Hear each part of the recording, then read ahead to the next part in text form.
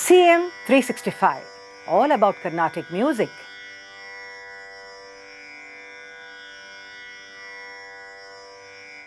The way our Carnatic kacheris have been devised, with a proper balance of representing so many beautiful compositions, as well as giving scope for the performer to exhibit his talent and his skill in music, is really amazing.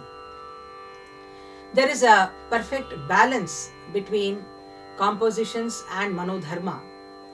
And among the manodharma forms, the Raga Alapana enjoys a very unique status. I will not go into the historical aspects of Raga Alapana or what are the technical terms that have been used to define each stage of the Alapana and all. That has all been mentioned, the theatrists probably will look into it sometime later. But I wanted to share with you the basic aesthetics and beauty of this Raga Alapana from a practical perspective. Raga Alapana is actually a very beautiful form in the sense that unlike the other manodharma forms like Neraval or Kalpanaswaram, which are bound by talam, that is, they have to be sung to the regulation of the talam. Here we could say that Raga Alapana is a form which is free from rhythm. Of course, there is an inherent laya that has to be there in the presentation of the Alapana. It can't be just at random kind of a presentation. But it is not having any regular meter or thalam, and that's why it is a very, very beautiful free form, I would say. And here we could probably say that the performer has been given the wings to fly with his imaginative skills. So you could even say that the sky is the limit here, because sometimes when the artist is in a very good form, he just goes to the greatest heights, and he can really bring about a sense of great ecstasy and bliss among the listeners also in this particular form. In this we see that while there is of course no boundary in terms of the thala, the lakshana of the ragam is definitely important for rendering the Raga Alapana, where the artist has to understand what is the arohana varna of the ragam, what are the movements of the ragam, what are the gamakas incorporated in that particular ragam. A deep study of all this has to be made in order to make the ragam sound beautiful. Of course, he has also to have good voice facility, because only when you have good voice facility, you will be able to render slow phrases, medium phrases, fast phrases. So the combination of all these different tempos can be brought about very beautifully only if you have the voice facility.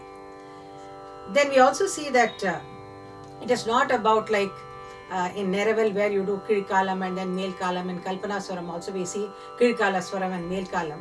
Here actually it's a beautiful mixture of different kalams, and that is what also makes the form very unique, where you may start off in a Vilamba Kalam, then slowly you may do some Durita Kala phrases, then come back to the Kidkalam, and it's like judicially mixing all the different kinds of tempos to bring about that form. We'll probably compare this Raga Alapana to the painting of a picture for us to have a more explicit understanding of what the whole thing is about, because of the fact that music is abstract. Actually, the sound is abstract and we hear it as an abstract form.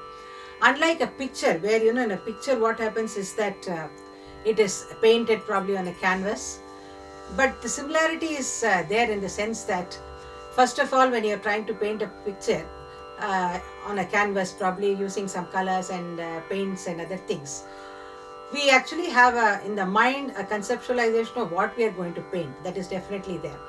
After that, we try to decipher some kind of an outline for the picture. Then we by giving stroke by stroke, we try to develop on that, and finally we create the whole picture. The Raga Alapana also we could say is similar to this in terms of the fact that though we do not have a physical canvas here, the canvas is provided by silence. So silence happens to be the canvas on which the musician paints actually. So the canvas of silence, the musician paints a picture with his music, that is with the swaras and other sounds. He is actually using that as a material to paint the picture on the canvas of silence. Now here, what is important is that the silence is as important as the sound here. So a judicious mixture again of silence and sound is important to make the alapana sound good, in the sense that the Vishrantis at the right points are very important, and that's where the maestros stand tall. If you look intently at this kind of, the alapanas rendered by the maestros, we see that that is where they stand a class apart. Because if you look at the Raga Lakshana, it's the same Kiravani, probably the same notes I am also using, the same notes a maestro is also using, the same notes a child is also using in terms of rendering an alapana.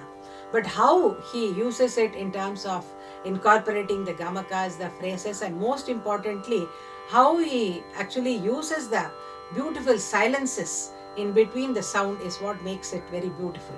In fact, sometimes you would have just, seen in some cases of maestros where they sing a long carve on a sa, and then after that, there is a beautiful pause, a beautiful silence. And when a phrase is taken after that silence, in fact, that phrase also gets, you feel it's become magnified because of that silence. Imagine somebody singing a Raga Alapana, one phrase after the other, back to back to back to back, and with no pauses in between. That will actually be very tiresome for the listener also. So this in Raga Alapana, especially that concept of silence and usage of silence at the proper place is very, very important. Now let us look at just a few phrases to see how it sounds. In fact, what I was mentioning about creating an outline and then trying to figure out in terms of a step-by-step progression to create a complete picture. And of course, finally, after all that thing is over, whether you're ending alapana for 5 minutes or 15 minutes or even 1 hour, finally what happens is that we come back to the Adhara Shadja. This is very similar to, I would say, like how we all of us have got a home to stay, and during the course of the day we may travel to the office, we may go to the park, we may go to a hotel, we may go to the school, we may go anywhere or to multiple places also. But finally at the end of the day we come back to our home. So this home here is the Adhara Shadja. So when it finally lands smoothly on the Adhara Shadja, the alapana, it results in a beautiful culmination. I will not be singing a long alapana, just showing you a few phrases to show how the step-by-step conceptualization is done by the artist. First, of course, we have to give an outline of what we want to do. Suppose we are taking Kiravani.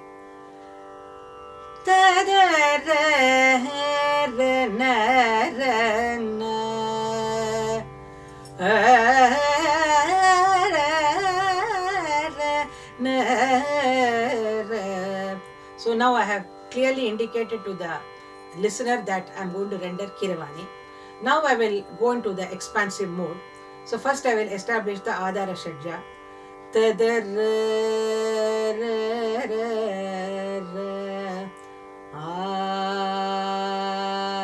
Then try to explore the areas in the Mandrasthai.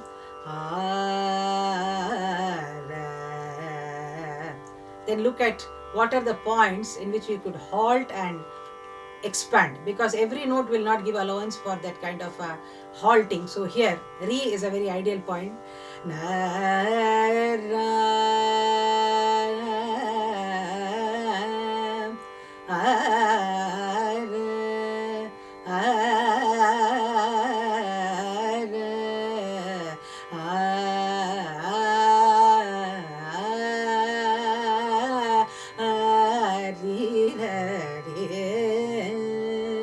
So next I will look into the C, which is the next station where we can halt. The Ma is an ideal place. Then the then weave patterns around the Pa. Then going higher.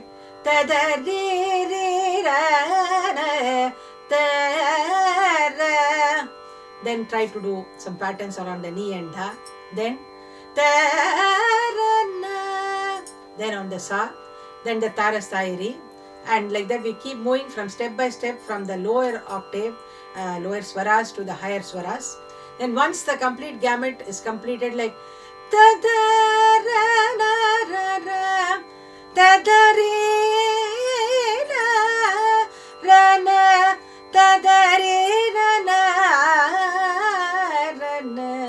so after that, the route in which we went, we come back slowly. halting on the same notes.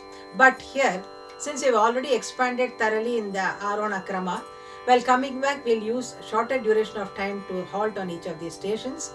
And finally, you see that the rounding off is done.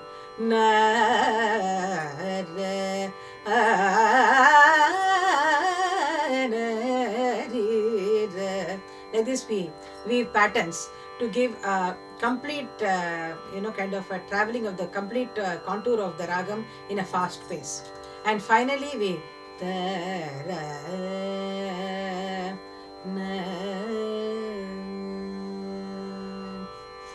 here one thing is very important, that is how in the Raga Alapana process, when we are proceeding to the next note, we embrace the previous notes and take it along. It's not like when you're doing Re, you are done with Re and then you to Ma, move to Ma and try to weave patterns on Ma, then on Pa.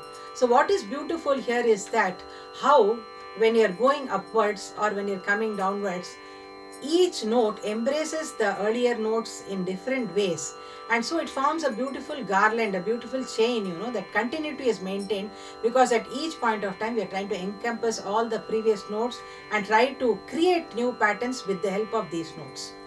And finally, of course, the point here in Alapana is that of the Rasika being a part of the process at every stage, in the sense that he has to be a part of every stroke that the artist paints in the canvas of silence.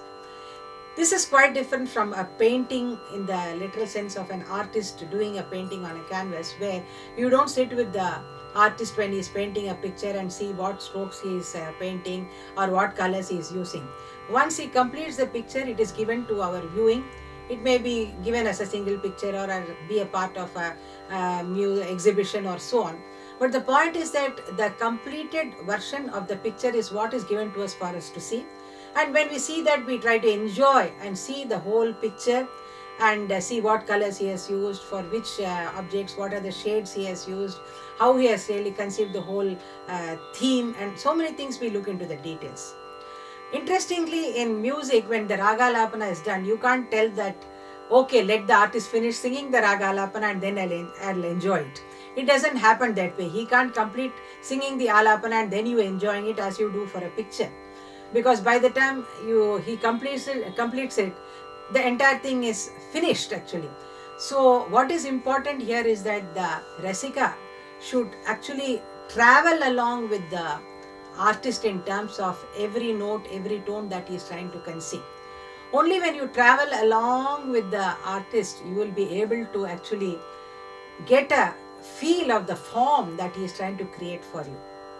That is very, very important, that you have to travel along. You cannot just think of something that you're going to do tomorrow in the office, or look at your WhatsApp messages in your mobile, and in between you try to just take a snatch of the Alapana. That way the aesthetic pleasure is totally lost.